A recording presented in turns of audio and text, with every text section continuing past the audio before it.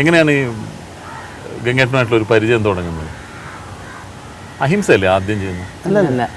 മനസ്സാവാചകരണം ചരിത്ര സംഭവമായിരുന്നു. മറ്റേ അങ്ങാടി. ഈ സാധാരണ ഒരു നിർമ്മാതാവിന്റെ ഇടപെടലുകളൊന്നും ഗംഗേട്ടിൽ നിന്ന് കണ്ടിട്ടില്ല എന്നുള്ളത്. സാധാരണ ലൊക്കേഷനിൽ അങ്ങനെ വന്ന് ശ്രദ്ധിക്കുന്ന പോലെ വല്ലപ്പോഴും വരും. അത് വന്നിങ്ങനെ നോക്കിയിട്ട് ബന്ധം കാണാൻ പോകുന്നതും കാണാം. അതെന്താന്ന് പറഞ്ഞാൽ ഒരു കുടുംബ ബന്ധം പോലെ അതാണ്. കാരണം നമ്മളങ്ങനെ ഒരു ഡയറക്ടർ അല്ലെങ്കിൽ ഒരു ആർട്ടിസ്റ്റ് എന്ന നിലയിലല്ല നമ്മളെ കാണുന്നത്. നമ്മുടെ ഒരു എന്താ പറയുക, എല്ലാവരും ഒന്നിച്ചുള്ള കുടുംബം. കാരണം സിനിമയിൽ അത് വളരെ അപൂർവമല്ലേ ശശിയേട്ടാ? കാരണം എന്നും വിജയത്തിന്റെ ഒപ്പമാണ് അല്ലേ നമുക്ക് സിനിമാക്കാർക്ക് എപ്പോഴും ഉള്ള ഒരു നമുക്കൊരു ശാപം എന്ന് പറയാം. അങ്ങനെ ഒരു ദൃഢബന്ധം സിനിമയിൽ ശാശ്വതമായിട്ട് സിനിമയിൽ ഇല്ല എന്ന് പലരും പറയാറുണ്ട്. എന്നും സക്സസിനൊപ്പം അതല്ലെങ്കിൽ എന്നും സ്റ്റാർഡത്തിനൊപ്പമാണ് സിനിമ ഇങ്ങനെ നീങ്ങുന്നത്. അപ്പോൾ ബന്ധങ്ങളും അങ്ങനെയായിരിക്കും.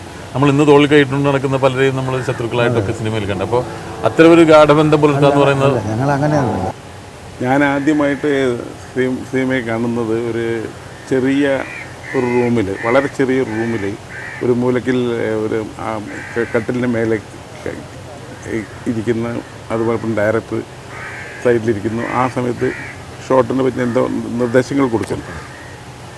ആ ചിത്രത്തിൻ്റെ ചില സന്ദർഭങ്ങളെല്ലാം മൂപ്പർ ഷോട്ട് എടുക്കുന്ന സമയത്തെല്ലാം ഞാൻ അവിടെയൊക്കെ നോക്കി കാണാറുണ്ട്. അപ്പോൾ ആ സമയത്തൊന്നും നമ്മൾക്ക് ഇവരതൊന്നും കല്യാണം കഴിച്ചില്ല. അപ്പോൾ ഷോട്ടിൻ്റെ കാര്യമായിരിക്കില്ല പറയണത്, കല്യാണത്തെ പറ്റി പറയുന്നില്ല.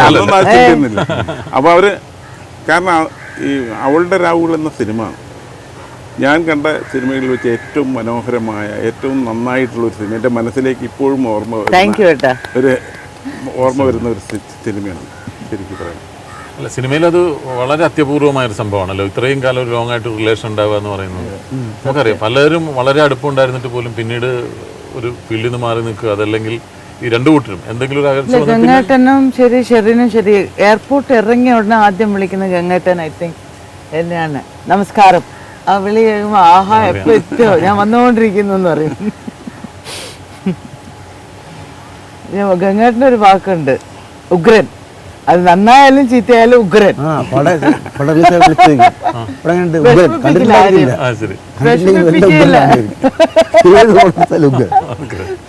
വിഷമിപ്പിക്കാതെ ചേട്ടാ എങ്ങനെയുണ്ട് ഉഗ്രൻ, അത് എന്തായാലും ശരി ഉഗ്രൻ.